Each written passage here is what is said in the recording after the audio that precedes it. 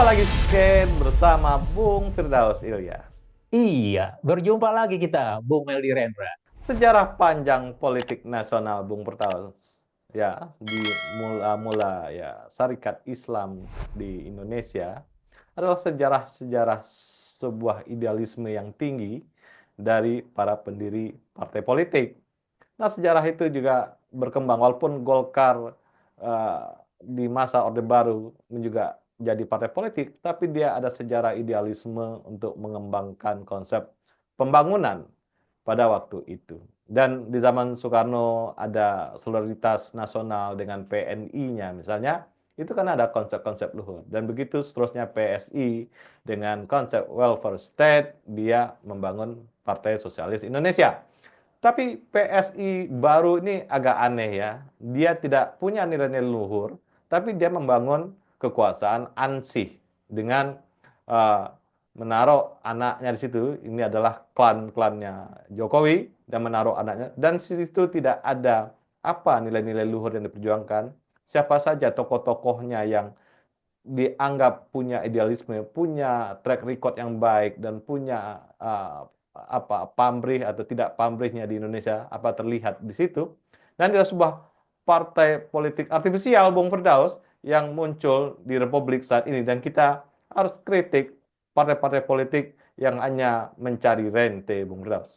Iya, Bung Meldi. Kalau kita bicara PSI, nampaknya memang ya walaupun memiliki nama yang sama begitu ya, pada era Orde Lama atau zaman pasca kemerdekaan, kemudian muncul lagi pasca reformasi, dan terakhir ada juga PSI yang disebut sebagai Partai Solidaritas Indonesia yang sekarang digawangi oleh putra bontot dari mantan presiden atau presiden ketujuh Joko Widodo gitu ya, Kaisang Pangarep begitu. Dan kalau kita lihat dari yang partai yang mengusung sosial solidaritas atau sosialisme misalnya, tentu partai yang seharusnya memiliki akar yang kuat dalam tradisi pemikiran, ide-ide besar kebangsaan gitu ya, termasuk juga bagaimana memperjuangkan kesejahteraan publik begitu.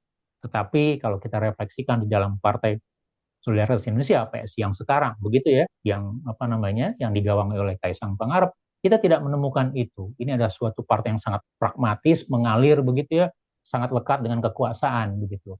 Dan kalau kita lihat PSI yang kabarnya gitu, yang sebentar lagi, mungkin beberapa bulan lagi, entah Juni atau Juli 2025 ini akan menggelar kongres begitu ya, dan salah satu temanya adalah memilih ketua umum partai PSI begitu ya. Dan yang menarik adalah walaupun di dalam PSI itu ada Kaisang Pangarep, putra dari seorang Presiden Joko Widodo, Presiden ketujuh begitu ya, tetapi juga nampaknya ada juga keinginan misalnya bagaimana memperkuat PSI dengan memungkinkan atau kemungkinan misalnya mencalonkan seorang Joko Widodo sebagai ketum PSI. Dan kalau kita lihat dalam konteks realita politik Bu Meli begitu ya, terlebih dengan perkembangan situasi pemerintahan gitu ya, termasuk juga dalam konteks bagaimana relasi antara Prabowo Subianto dan Gibran Rakabuming Raka misalnya, maka mungkin klan Jokowi gitu ya, mau tidak mau harus mempersiapkan kendaraan politik dalam rangka menjaga keberlanjutan dinastinya di dalam politik Indonesia.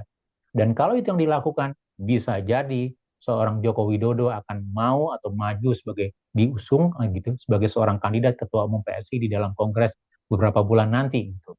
Dan kalau itu memang terjadi misalnya, artinya seorang Joko Widodo gitu ya, kemudian secara formal memiliki kendaraan politik, maka yang selama ini kita lihat bagaimana atraksi atau sirkus politik Joko Widodo pasca tidak lagi menjabat sebagai presiden begitu, yang masih sibuk cawe-cawe sana sini, mengatur sana sini begitu, terlibat di dalam beberapa kegiatan-kegiatan publik atau politik misalnya, itu akan menemukan legitimasinya dalam kendaraan politik begitu. Dan kalau Joko Widodo terpilih sebagai atau maju sebagai ketum PSI misalnya, maka bisa jadi pertanyaan publik adalah apakah ini akan memperkuat relasi dalam pemerintahan dengan kabinetnya Prabowo misalnya, atau koalisi Indonesia Kim Plus misalnya, atau malah akan memperkeruh atau memperlebar jarak gitu ya antara kekuasaan Prabowo Subianto dengan klannya Jokowi. Ini yang menarik kalau kita lihat nanti dalam konteks bagaimana PSI dalam politik praktis dalam jangka pendek begitu ya, di dalam relasinya dengan politik Indonesia ke depan, Bung. Jokowisme Bung Firdaus ya, sebuah konsep yang dimunculkan di PSI, dipropagandakan oleh PSI, Partai Solidaritas Indonesia ini konsep yang kosong. Jadi kita tidak bisa melihat apa sebenarnya esensi dari Jokowisme. Kita bandingkan dengan konsep-konsep Marhain misalnya atau pembangunanisme yang dibikin oleh Soeharto, atau Prabowo dengan konsep-konsep Indonesia paradoks misalnya, ini ada konsep-konsep esensial yang ada di situ, sedangkan Jokowisme apa sebenarnya konsep yang dimunculkan itu. Sehingga nilai tertinggi dari PSI ini tidak bisa memberikan apa yang dituju oleh PSI dan apa landasan-landasan yang dia mengarah ke situ. Jadi saya kira PSI sebenarnya adalah benda mati yang kehilangan nyawa. Sebuah partai yang tidak punya nyawanya, dan saya kira dulu anak-anaknya Pak Harto juga bikin partai-partai yang tidak ada nyawanya, juga mati begitu saja. Sehingga selain pencitraan mungkin yang dibangun oleh Jokowi, nah selain itu adalah ini sebuah partai kosong melompong, Bung Raus. Iya, betul Bu Meli. Kalau kita lihat secara mendasar kira-kira apa menjadi persoalan PSI gitu ya, sama bahkan kalau kita mau coba refleksikan, PSI ketika di dalam 2023, ketika waktu itu Kaisang Pangarep terpilih, dipilih ya, didapuk ya menjadi ketum PSI dalam rangka mendongkrak tidak hanya dalam konteks Pilpres, tapi juga Pileg 2024 begitu, di mana target PSI pada waktu itu adalah menjadi salah satu partai parlemen. Artinya apa? Mendapatkan suara lebih dari 4% gitu, bisa melenggang ke DPR sana. Tetapi dalam realitanya dia tidak dapat 4%, hanya 3% sekian begitu ya. Artinya apa? Dengan mengusung Jokowisme, kemudian sebagai bagian dari klan Jokowi, begitu keluarga istana, keberlanjutan dan segala macam, ternyata itu tidak cukup diterima. Nah, pertanyaan kita, kira-kira apa yang menjadi dasar persoalan? Tentu seperti yang salah satunya seperti yang Bu Meli katakan tadi, begitu ya, bahwa partai ini tidak mengakar, tidak punya pondasi, tidak punya manifesto yang kuat, kira-kira akan berdiri di mana di dalam ranah politik Indonesia. Politik apa yang akan dibawakan oleh PSI ini tidak muncul, Bu. Semakin kering, semakin tidak jelas ideologinya. Kemana mereka akan berpihak? Apakah anti korupsi atau malah mendukung korupsi misalnya? Atau bagaimana dalam membangun kesejahteraan atau keadilan dalam demokrasi misalnya. Dan itu memberikan refleksi kenapa suara PSI di dalam pemilu legislatif DPR 2024 itu hancur lebur, Bung Adi. Tidak sampai begitu gitu. Tidak sampai masuk dalam batasan threshold begitu. Dan kemudian pertanyaan berikutnya adalah apakah dengan kendaraan ini misalnya itu akan bisa diperbaiki menjadi salah satu opportunity politik kalau kita bicara misalnya ambisi politik keluarga Jokowi begitu ya, di tengah semakin apa terjadi penggerusan citra Jokowisme atau Jokowi gitu ya, dengan berbagai isu, dengan berbagai persoalan, tidak hanya Jokowinya tetapi juga anak-anaknya misalnya gitu ya. Apakah juga PSI ini bisa menjadi salah satu penyelamat di dalam mempertahankan dinasti politik gitu. Dan kalau kita lihat dalam berkaca dalam sejarah misalnya, walaupun dalam sisi opportunity harus ya artinya itu bisa memiliki suatu kesempatan gitu, tapi di sisi lain berkaca dari pengalaman politik partai-partai politik dibangun oleh putra-putri mantan Presiden Soeharto misalnya timbul tenggelam dan pada akhirnya tidak muncul sebagai kekuatan baru, walaupun kalau kita katakan Prabowo membawa sebagian dari terah dari kekuasaan Orde Baru begitu eranya Presiden Soeharto begitu ya. Tetapi di sisi lain itu tidak secara partai politik dari klannya Soeharto tidak muncul begitu. Dan apakah ini akan terjadi juga pada misalnya PSI begitu ya? Artinya kalau persoalan-persoalan mendasar yang ada di PSI tidak bisa dibenahi dari sisi keberpihakan, ideologi, termasuk persoalan integritas, begitu ya, tidak hanya sekedar partai yang pragmatis sifatnya, begitu. Kemudian kira-kira bagaimana meletakkan dari jualan Jokowisme ini di dalam konteks politik yang lebih kekinian, misalnya, gitu ya, maka ya akan menjadi persoalan yang tidak sia-sia saja. Kalaupun nanti misalnya seorang Joko Widodo dipilih atau didapuk secara aklamasi menjadi ketum PSI. Tapi walaupun sekali lagi misalnya, kalaupun juga nanti Presiden Joko Widodo maju sebagai dan terpilih sebagai ketua PSI gitu ya, maka ini akan memberikan warna tersendiri di dalam politik Indonesia, Bu Meli. Bisa jadi misalnya akan terjadi penguatan dalam oligarki kekuasaan, tetapi bisa juga jadi misalnya akan muncul fraksi yang lebih di awal begitu ya pada tahun pertama kekuasaan gitu dan itu semakin menguat misalnya sebagai bagian dari persiapan atau bagian dari kompetisi untuk 2029 nanti Bu. Jadi ada sisi plus dan ada sisi plusnya, ada sisi negatifnya dalam konteks politik terkini untuk misalnya kalau Joko Widodo menjadi ketum PSI Bu Mel.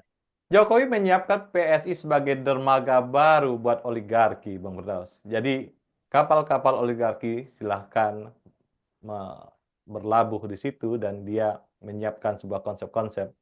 Dan konsep-konsep tersebut tidak tercermin misalnya di akar sosial. Karena PSI sebenarnya tidak punya akar sosial yang kuat di bawah. Dari segi demografi misalnya, tidak ada akar sosial yang kuat dari PSI kecuali partai ini melakukan politik uang yang uangnya berasal dari oligarki-oligarki. Jadi PSI ini adalah politik Jokowi sentris dan tidak punya landasan-landasan kuat di bawah kecuali kegiatannya dengan melakukan politik-politik kotor di bawah, Bung Firdaus. Iya, betul. Artinya memang dalam konteks strategi kampanye politik atau jualan politik kita tidak menemukan sesuatu yang signifikan atau sesuatu yang berbeda dari PSI, begitu ya. Apakah nanti dia punya ide-ide dalam melihat bagaimana pembangunan, bagaimana melakukan semacam kritisme ataupun juga memberikan masukan-masukan pada pemerintahan, begitu ya. Bahkan kalau kita lihat dalam 8 bulan atau 9 bulan ini pasca Pilpres misalnya, tidak muncul suara-suara itu, begitu, baik dalam elit politik PSI ataupun juga yang lain, begitu ya. Dan di sisi lain kita juga tidak menemukan misalnya semacam heritage atau peninggalan masa lalu pada era Jokowi yang bisa dijadikan semacam pembenar, gitu. Karena akhirnya publik melihat dalam setahun terakhir ini bagaimana persoalan-persoalan dalam sisi kekuasaan Jokowi. Mungkin pada termin pertama kita masih menganggap bahwa Jokowi itu bagian dari kita, bagian dari publik, begitu ya. Tetapi masuk di era kedua dengan pembubaran KPK tanda kutip dengan revisi undang-undang KPK, kemudian persoalan integritas gitu, termasuk juga dalam revisi dalam peraturan MK misalnya. Bagaimana Jokowi begitu bersemangat memajukan anaknya begitu ya. Kemudian bagaimana persoalan-persoalan yang lain begitu. Maka dalam sisi kedua heritage dari seorang Jokowi tidak banyak yang bisa dijual, Bu Meldi. Itu artinya memang akan menjadi sebuah pertaruhan begitu ya. Akankah misalnya keluarga Jokowi memaksakan diri memiliki kendaraan politik, atau malah misalnya keluarga Jokowi secara berbesar hati kemudian artinya mengakui kemudian mengundurkan diri secara perlahan begitu ya, sesuai dengan semakin memudarnya pengaruh Jokowi, termasuk semakin tidak banyak berperannya Gibran di dalam kancah pemerintahan Prabowo begitu ya, artinya pelan-pelan mundur dalam kancah politik dan membiarkan seleksi alam atau publik memilih siapa pemimpin terbaiknya, Bu Meldi. Terima kasih, Bung Firdaus. Iya, sama-sama Bu Meldi, tetap semangat. Salam Indonesia bersih. Salam Indonesia bersih.